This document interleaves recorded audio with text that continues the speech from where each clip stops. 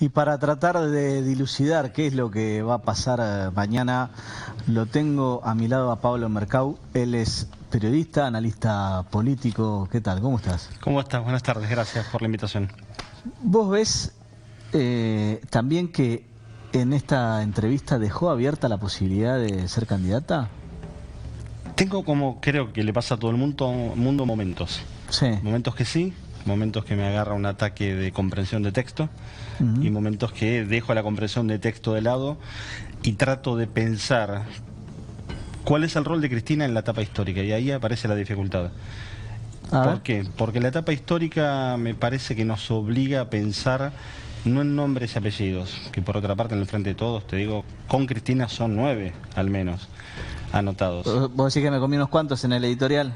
Mirá, en 2 armamos un equipo de fútbol, falta el técnico y contra quién jugás, pero tenés Guado, Massa, Kicillof, lanzado de alguna manera, aunque él no quiera, puesto en la palestra de lo nacional. Claro, sí, yo lo di por sentado que iba por la provincia. Daniel Scioli, la reelección. Agustín Rossi, Claudio Lozano, Juan Grabois, Gabriel Mariotto y Cristina. 9 candidatos, precandidatos, está claro, o aspirantes a la precandidatura, salvo Cristina, que dijo que no. La pregunta es, Juan Pablo, ¿qué etapa estamos viviendo? Porque de la caracterización de la etapa que vivimos como país, surge el nombre adecuado para encabezar esa etapa. Claro, hay una dificultad. Esto se conoce después que ocurre. Nunca un líder, nunca un estadista se supo con anticipación. En la historia, ¿eh? Sí. Mirá, del momento en donde derrocan a Perón en 1955 al presente, hubo 28 presidentes en la Argentina. ¿Cuántos líderes? Contando los militares, inclusive, ¿eh? Y bueno, depende quién lo quiera ver. Si vos le preguntás a los radicales, seguramente Raúl Alfonsín. Raúl Alfonsín, te diría que son un puñadito. Un puñadito. Sí. El propio Perón, Alfonsín, podemos ponerlo a Menem, Néstor y Cristina como un tándem emergente de la crisis de 2001, y algunos lo ponen a Mauricio Macri. Estamos hablando de 5 personas en 70 años. Digo, entonces la dificultad estriba en entender qué momento estamos atravesando para ver quién es el nombre adecuado. El resto son presidentes. Se vio con Alberto Fernández. ¿Él pudo convertirse en un líder de su tiempo, de su época? No. ¿Por qué? Porque además el líder en la Argentina lo que tiene que hacer es pelearse con el pasado. Se llame Cristina. Mirá el desafío de Horacio Rodríguez Larreta, digo, para no centrarlo en la interna del Frente de Todos. Tiene un desafío abierto con Mauricio Macri enorme. Cada jugada que hizo hasta ahora Horacio Rodríguez Larreta, hubo una respuesta de Mauricio Macri. ¿Hay un líder que no se pelee con el anterior para ganar el lugar? Es casi imposible. Esa es la casi pregunta. Imposible, porque en realidad, si vos lo pensás, bueno, Néstor se supone que llegó de la mano de Duhalde y rápidamente a los 2 años diferenció. Hubo una elección donde fue Chiche Duhalde candidata, fue Cristina en la provincia, ganó Cristina en la senaduría, 2 años después gana la presidencia. Bueno, la historia es más cercana, más reciente, relativamente, digo, mañana serán 20 años, para muchas generaciones es parte de los libros de historia también esto. Ahora, te hago una pregunta, ¿vos pensás que Alberto Fernández nunca tuvo liderazgo o lo tuvo un ratito y lo perdió rápidamente? Lo tuvo un rato, ¿sabes cuándo? Cuando lo cargaban con las filminas. ¿Vos te acordás, no? Se sentaban a explicar la pandemia. A explicar la pandemia, pero ahí logró algo interesante, que era, primero que lo tenía a su amigo Horacio y a su amigo Axel al lado, en un momento inédito de crisis. Logró algo interesante que la política, cuando lo recupera o cuando lo ejerce, logra la diferencia positiva, uno entiende, que es la didáctica. Digo, la política tiene también la misión de explicar, de enseñarnos. Sí, fundamental, comunicar correctamente es fundamental. Entonces, digo, si vos con una filmina nos pudiste explicar, siendo abogado, Alberto es abogado, Horacio es economista, Axel es economista, apoyados en los científicos, bueno, ahí el rol de obvio, Quirós, no es la especialidad de ninguno. Ninguno tenía esa especialidad. Nos pudiste explicar cómo funcionaba el virus, por qué teníamos que cuidarnos. Después podés analizar el impacto político, económico, pero en ese primer momento el sondeo que te daba un 80% de imagen positiva a un presidente tenía que ver con que había recuperado en un momento de desorientación global la noción de la didáctica, de lo explicativo, que la política cuando lo pierde... ¿Y por qué lo dilapidó tan rápido? Porque tenés que sostener en un país con conflictos conflictos de intereses, una postura firme. Lo dijo Cristina hace unos días, cuando querés quedar bien, lo dijo en el Teatro Argentino de La Plata, querés quedar bien con todos, terminás quedando mal con todos, no quedás bien con ninguno. Sí. La política tiene eso también, digo, a uno le encanta la concordancia absoluta, pero convengamos que no lo tenemos ni en el Mundial. Digo, a Messi no lo discute nadie ahora, sí, pero a Messi hasta que ganó el Mundial de Qatar lo discutían ¿cuántos? Sí, muchísimo. Entonces digo, es muy complicado en un país que tiene...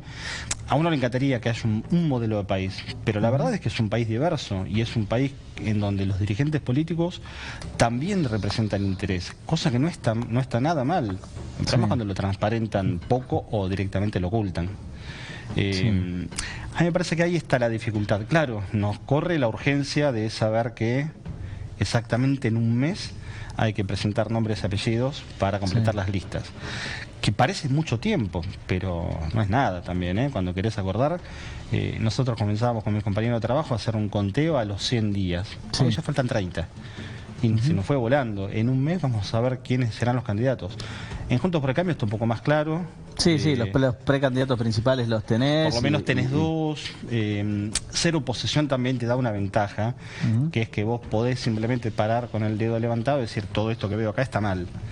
Sí, igual cuando tenés un gobierno propio tan reciente como el de Mauricio Macri, bueno, tenés que salir a explicar cómo vas a corregir lo que salió mal. Tuvieron alguna habilidad, en todo caso, la tuvo Macri, hay que reconocerla, de correrse a tiempo.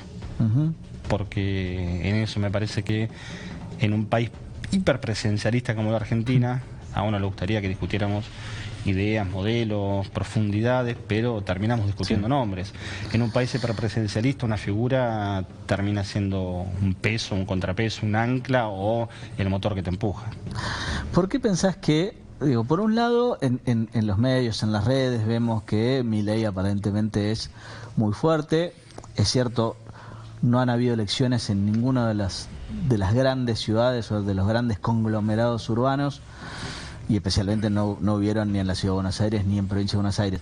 Pero sin embargo, hasta ahora, en las distintas elecciones que se dieron a lo largo del país, bueno, está muy lejos de la elección de tercios que se habla en más de un lugar. Bueno, igual Cristina dijo que el otro tercio era el descontento, que bueno, lo engloba, pero como parte del paquete. Sí, el voto en blanco, las otras fuerzas, hay que ver qué pasa con la izquierda tradicional trotskista a nivel nacional, que tiene entre 3 y 4 puntos y forman parte de ese otro tercio.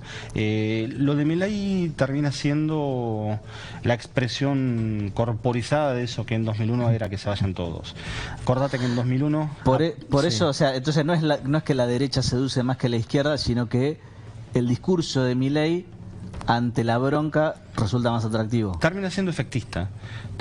Lo que ocurre también es que en la historia no ha habido antecedentes de la oposición a todo lo que está mal alcanza para proponer algo nuevo. Mira, venimos eclécticos con las citas del peronismo, radicalismo, de la derecha y la izquierda.